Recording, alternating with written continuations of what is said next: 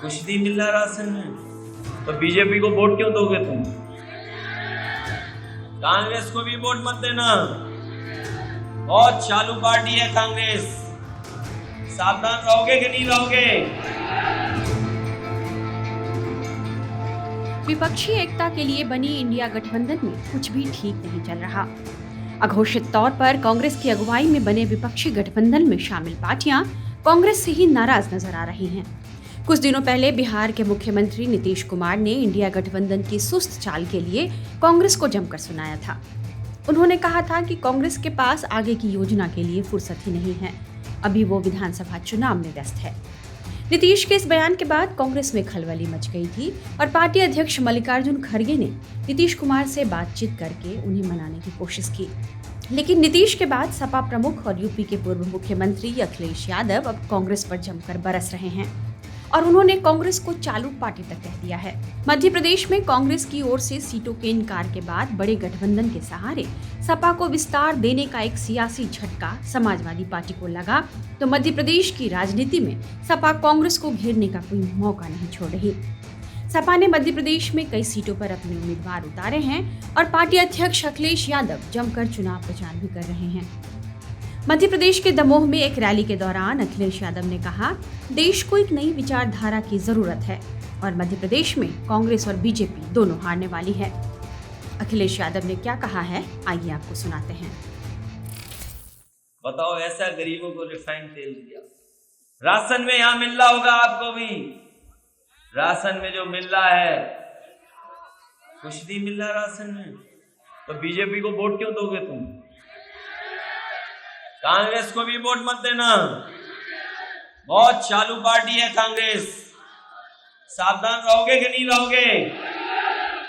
बंसल जी बेबंद में दुखी थे, कांग्रेस ने धोखा दे दिया। अरे जब हमें धोखा दे दिया तो तुम कहां के बंसल हो?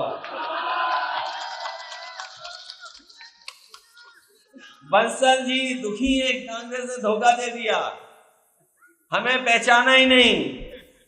अरे भाई, जिनकी उम्र 80 साल हो कैसे पहचानेंगे आप?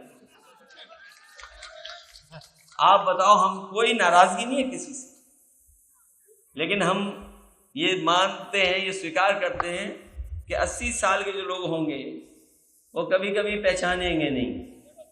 ये गलती हमारी है कि 80 साल के लोगों पे हम लोग भरोसा कर लिए कि वो हमें पहचान रहे होंगे। इसलिए साथियों, बहुत सावधान रहना आप इन लोगों से। ये सही है, हम लोग शुरुआत कर रहे हैं, लेकिन हमारी शुरुआत मध्य प्रदेश में ऐसे ही रहेगी। लगातार हम लोग काम करते रहेंगे और हमें भरोसा अपने बुजुर्गों पे भी है, नौजवानों पे भी है कि ये नौजवान हमारी मदद करेंगे, क्योंकि इनका हमारा साथ बहुत लंबा रहेगा। हम लोग जाति जनगणना कराना चाहते हैं। बताओ, आप लोग जाति जनगणना कराना चाहते हो कि नहीं कराना चाहते हो? इनकी बातों में मत आना, बीजेपी और कांग्रेस की बातों में। कांग्रेस भी जाति जनगणना कहने लगी है, ये इसलिए कहने लगी क्योंकि उनका जो वोट था, खुद का जो वोट था, वो सब बीजेपी में चला गया। दरअसल समाजवादी पार्टी और कई अन्य क्षेत्रीय राजनीतिक दल इंडिया गठबंधन के सहारे अपनी पार्टी को अन्य राज्यों तक पहुंचाने की बड़ी योजना में लगे हुए हैं, क्योंकि यह गठबंधन राज्य स्तर के विधानसभा चुनाव में उतनी प्रभावी नहीं है। इसलिए अखिलेश यादव भी मध्य प्रदेश में अपनी पार्टी के विस्तार की योजना में लगे हुए हैं और यहाँ उन्होंने कांग्रेस के साथ गठबंधन करने का प्रस्ताव पार्टी को दिया था, ताकि गठबंधन की नींव के आधार पर उनको भी कुछ सीटें मिलें और वह इस गठबंधन के सहारे मध्य प्रदेश में आगे बढ़ सके। लेकिन कांग्रेस ने इस बात से इनकार कर दिया, जिससे अखिलेश यादव उखड़ गए और इंडिया गठबंधन को बड़ा झटका देते हुए उन्होंने कहा, जहां तक गठबंधन की बात है, कांग्रेस ने इससे इनकार किया है, अब लोकसभा चुनाव में भी इस पर बात होगी। अखिलेश ने यह भी कहा कि जैसा व्यवहार कांग्रेस ने सपा के साथ एमपी में किया है, वैसा ही व्यवहार कांग्रेस के साथ यूपी में होगा। अब सपा अपने भरोसे ही मध्य प्रदेश में अपनी किस्मत आजमा रही है।